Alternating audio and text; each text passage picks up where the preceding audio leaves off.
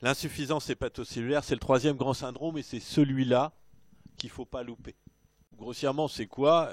C'est insuffisance des fonctions hépatocytaires, c'est un défaut de synthèse, d'épuration, de transformation et d'élimination biliaire, quoi. C'est tout ça.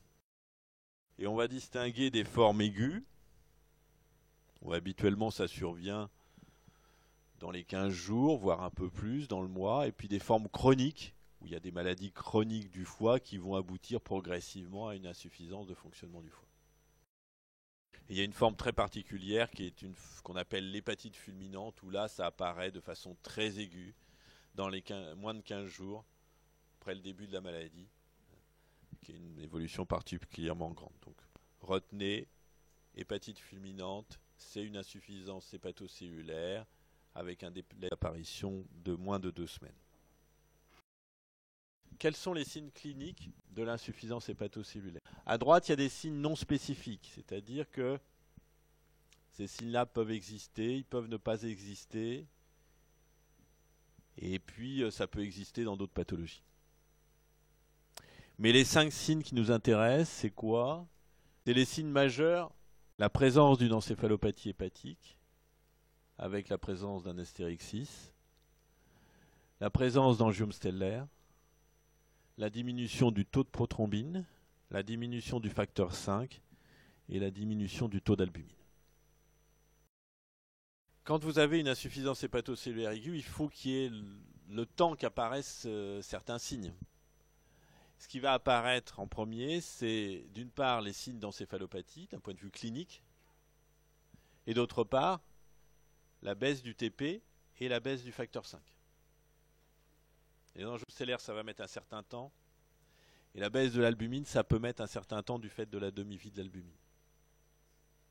Donc, dans une forme très aiguë, qui se développe en quelques jours, chez les personnes qui n'avaient pas de maladie du foie auparavant, vous allez surtout avoir ces signes-là. Dans une forme chronique, vous allez avoir tout le temps d'avoir tous les signes, en fait.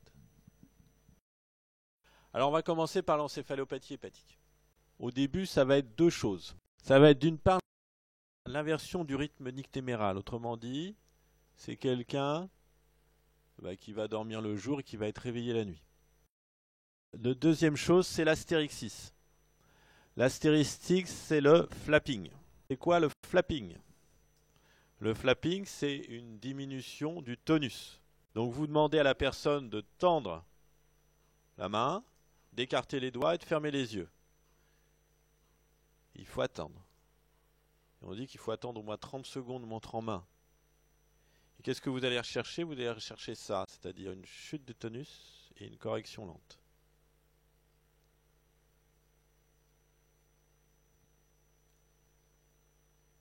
Deux temps différents. Temps rapide, chute de tonus, correction lente. Et donc c'est différent d'un tremblement.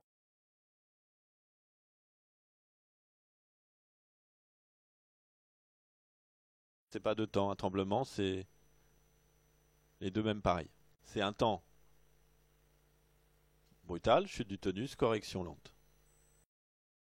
Après il devient confus, c'est souvent une confusion relativement calme, parfois un peu agitée, et puis ça peut aller jusqu'au coma. Deuxième signe clinique, l'angiome stellaire. Ce monsieur, il a un angiome stellaire. Et les angiomes stellaires, quand ils vont se présenter, ils vont être essentiellement au niveau de la face, la partie supérieure du tronc et du dos. Et on va estimer qu'il y a un nombre significatif d'angiomes, à partir de 3, et en tout cas pathologiques au-delà de 5. D'autres circonstances cliniques où il peut y avoir des angiomes stellaires, la grossesse. Les deux circonstances cliniques, vous pouvez avoir des angiomes, l'insuffisance hépatocellulaire ou la grossesse. Si on décrit un peu mieux l'angiome stellaire. Il y a une artériole centrale, ici, là, au milieu, et à partir de là, irradie des tout petits vaisseaux. Autrement dit, quand vous appuyez dessus, au centre, ça disparaît, puis quand vous relâchez, ça réapparaît à partir du centre. C'est très beau. Donc c'est une artériole centrale d'où irradient des petits vaisseaux. Quand vous appuyez dessus, il y a salle vide et quand vous relâchez, ça se remplit à partir du centre. Troisième signe, la baisse du taux de prothrombine. Là, on est passé à la biologie. Autrement dit, la majorité des facteurs de coagulation sont synthétisés par le foie.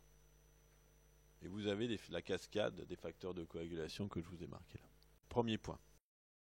C'est que parmi ces facteurs de coagulation, il y en a un qui est particulier, qui est la proaccélérine, c'est-à-dire le facteur 5, qui est particulier parce que par rapport aux autres, il n'a pas besoin de vitamine K pour être synthétisé. Tous les autres, notamment le 7, le 10, sont synthétisés par le foie en présence de vitamine K. En revanche, la proaccélérine, le facteur 5, est synthétisé par le foie sans qu'il y ait besoin de vitamine K. Quand il y a un déficit en vitamine K, il y a un déficit des facteurs 10 et 7, parmi d'autres, et de la prothrombine, du taux de prothrombine. Par contre, le facteur 5 reste normal. Ça, c'est le premier point.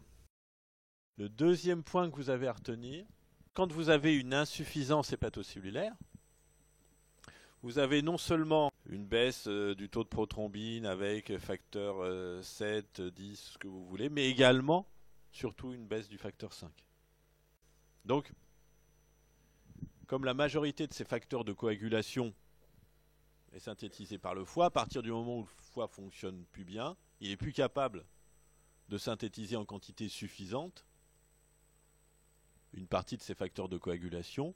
Et comme le taux de prothrombine est un dosage qui va mesurer un certain nombre de facteurs et une partie de la chaîne de coagulation, le taux de prothrombine va être abaissé. Le temps de prothrombine va être augmenté, le taux va être abaissé. Je vous fais le distinguo parce que les Américains parlent en temps de prothrombine par rapport à un témoin, et nous on parle en taux de prothrombine ou un INR, c'est-à-dire un taux de prothrombine normalisé par rapport à la machine. Mais bon, ça revient au même. INR, TP, c'est la même chose. TP normal. Pas d'insuffisance hépatocellulaire. D'accord. TP bas. Est-ce qu'il y a une insuffisance hépatocellulaire? Facteur 5 bas. La réponse est oui, il y a une insuffisance hépatocellulaire. TP bas, facteur 5 normal. Non, il n'y a pas d'insuffisance hépatocellulaire. C'est probablement une carence en vitamine K.